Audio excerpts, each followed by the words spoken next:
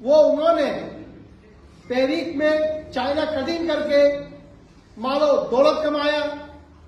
उन गद्दारों का, उन जमीन फरोशों का जब उससे भी पेट नहीं भरा तो उन्होंने कायद के नहीं, तहरीक के एसेट्स को हथियाने के लिए उन्होंने ये नापाक अपने अजाइम का इजहार किया कि उन्होंने लंदन की अदालत में केस किया। बज़ाहिर आपको शायद लगता है कि वो केस जीत गए, लेकिन जिस तरह अल्ताफ भाई ने कहा कि वो जीत कर भी हार गए और हम हार कर भी जीत गए। हम इस प्रोग्राम के तवज्जुह से अल्ताफ हुसैन भाई को ये यकीन दिलाना चाहते हैं, अल्ताफ भाई महाजिर तहरीक, मजलूमों की तहरीक, गरीबों की तहरीक, ये तहरीक आपसे कोई भी नहीं छीन सकता।